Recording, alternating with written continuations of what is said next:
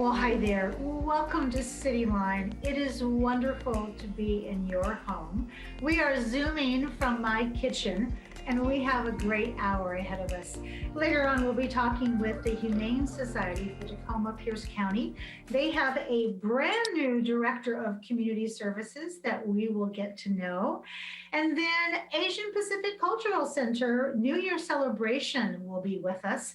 They'll be here to talk about all of the pageantry and beauty that they bring to their New Year celebration. Washington State Historical Society will be here. Mary Michael Stump, love that woman. She will be here to talk about some of the events that they have coming up. And then, of course, we do have our pet of the week who is looking for a forever home. And then with me right now is somebody who is endless joy in my book.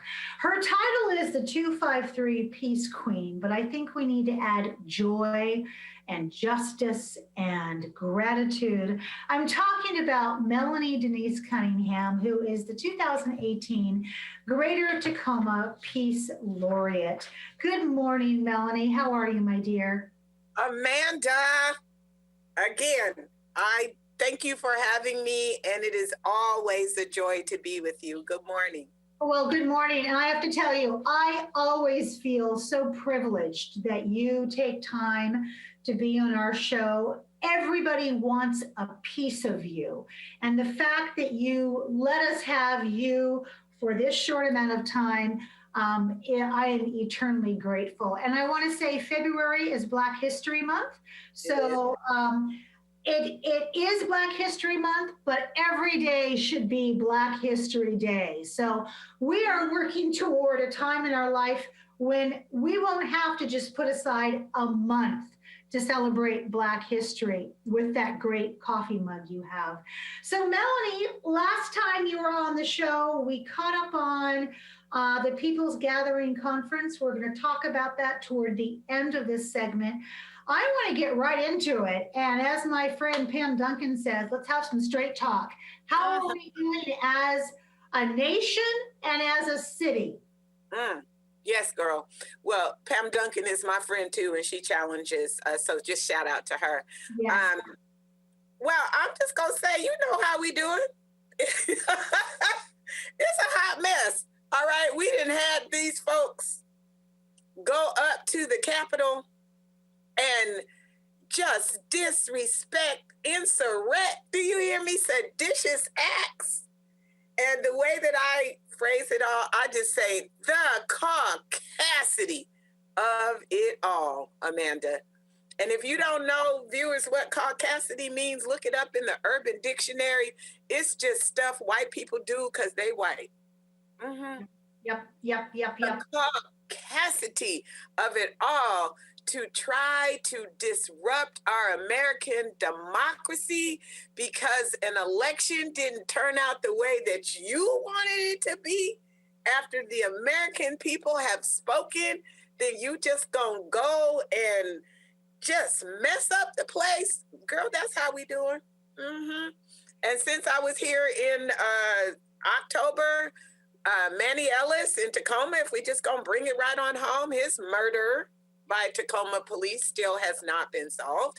And then last week, Tacoma police then ran over somebody and put people in the hospital because they said they feared for their life. But then I'm thinking maybe, there could have been another way to solve that. I mean, girl, that's how we do it.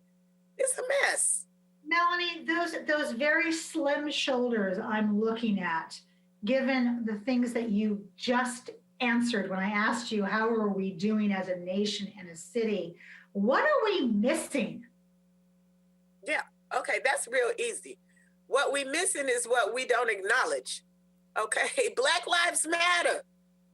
That's and when Black Lives Matter, then everybody gonna matter. Right? And so what people are fighting against is this whole ideology of supremacy. And then we have, and this is where I lay my Peace Queen work, is that, there's a whole lot of people that have lived their entire lives I call it under the okie doke that racism doesn't exist. They've lived their whole lives not believing Black people when they tell them what's going on.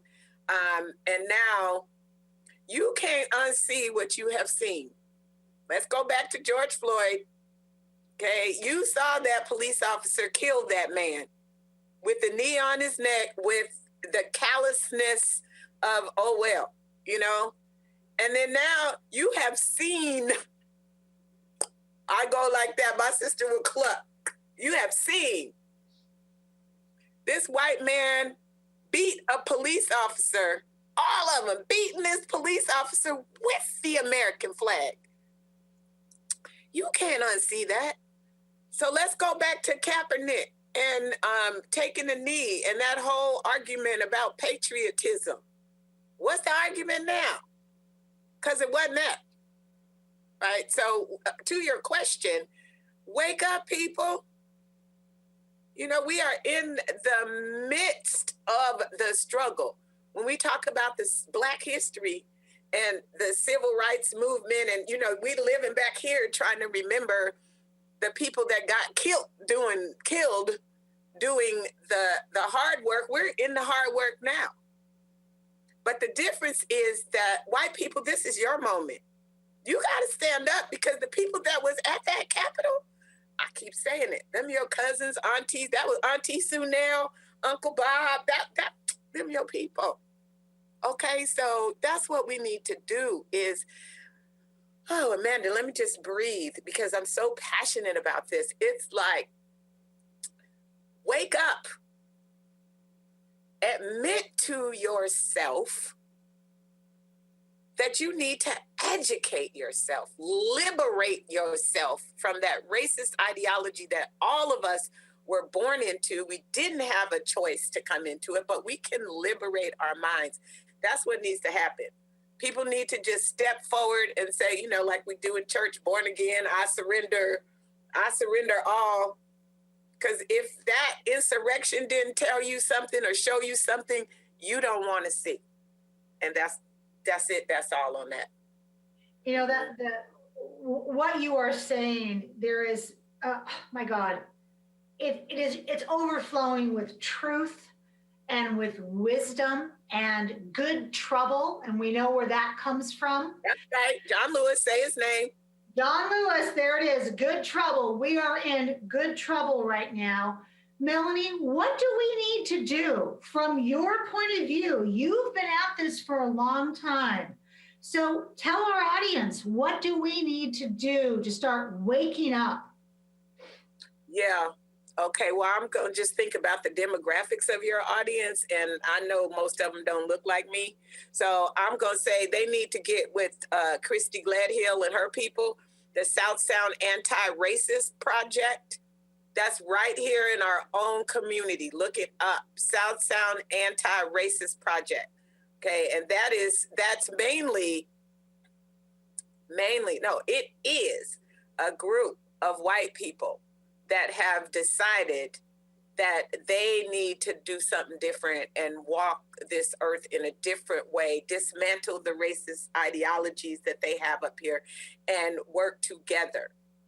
Okay, now we can do it collectively as a community. There's all kinds of ways we can move, but at some point, you have to get with your family and figure out how you're going to move forward. Everybody's not going to be in agreement, but you got to be in the fundamental agreement that, yeah, racism exists. I'm a part of it. You got to say, I'm racist, I'm racist, I'm racist. Not that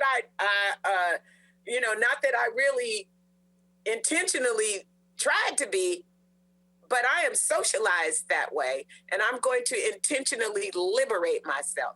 So South Sound Anti-Racist Project for white folks, continuous education, supportive environment, that's for real. And then beyond that, you got to just move yourself into professional development and, start putting yourself in situations, because liberation requires education.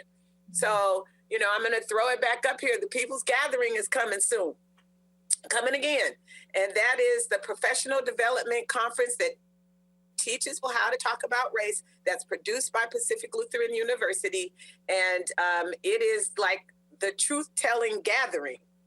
So don't come with your feelings on your shoulders. Come for hard learning, straight talk, but let's delve into this as a community. Oh my gosh. And be able to,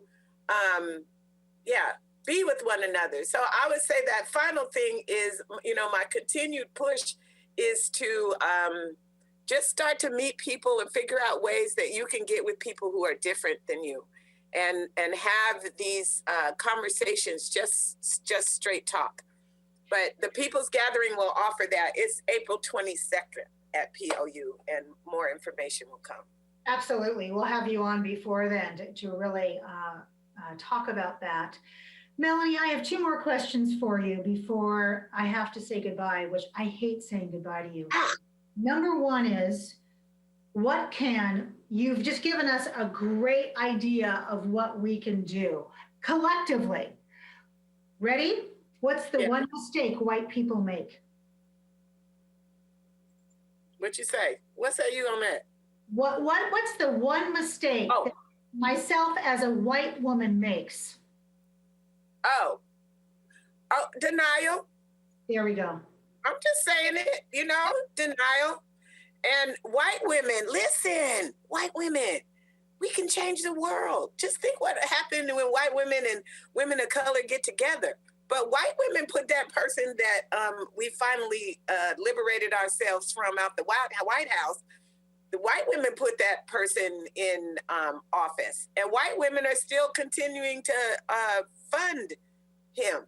So white women, you got a big old role in this. And I'm just inviting, come on, let's get together. I got some projects, Amanda, on tap that you and I can work together on to bring white women and women of color, specifically Black women. Because if we atone for our history. Yes. If we atone, because white women, you were very complicit in our history. Yes. And in our oppression. Yes. Okay, so you've got to atone for that. Acknowledge that. So if we can do that, and I'm working on some projects to bring us towards healing in that way. Ooh, yes, girl power. Really, any project that you're involved with that you just need me to even lick envelopes, I'm there. Okay, Yeah, you know that to be true. We can do this. Seriously, women, we can do this, because when you change the hearts of women and when you uplift women, then you're going to uplift the community and we can change the situation. But sisters, we got to get together. We got to get it straight. And white women, you got to get out of denial. That's all I'm saying. You have nailed it. And I would be remiss if I didn't say that the most educated, the most intelligent demographic in the United States, Black women. Stacey Abrams, look at yourself. Look at our mayor. We have beautiful Black queens of intelligence around them. Let's sit at their feet and learn from them. Last question. I want you to put a plug in for your podcast. Speaking of amazing women, you have your sister. You sit and you talk. Tell us about this. Yeah, so my podcast is on channel 253 if you don't know about it, and it's called What Say You? The letter U. And it really just is a insight into my sister and I just talking about life and in pursuit of an anti-racist community. So it's like you get to listen in on sisters just talking on the phone together and whatever it is that we're talking about. But let me tell you something, it's real talk. Real sisters, real talk. And the episode we just had a couple of weeks ago, we brought Mommy, our mother, on. Okay, and that episode is called Mommy Knows Best. So if you ever want to know where I got the depth of my deepness, it came from Mommy. And she's going to tell you, it is so cute because she's 81 and she's laughing. She goes, well, I probably shouldn't say this because, well, anyway, listen. And then she'll start spilling the tea. So it's so good. Yeah. And I just invite you all to listen because it really is a real talk situation and hopefully you'll be inspired. Hopefully you'll be you get pissed off, or you'll be like, yeah, go girl, and go do something, because it's going to take all of our hands, to make peace. It does. Yeah. We have 400 years, so get to work. Yeah. Melannie, I can't thank you enough for being here today. You are, as Fred and I said, you are just a breath of fresh air. You are joy, you are peace, you are justice. You are the end all be all. And as my sister and I would have said, you're all that in a bag of chips. So thank you so much for being here today. And I want to have you back on sooner than later, okay? Thank you, Amanda. I receive all the love. God bless everyone.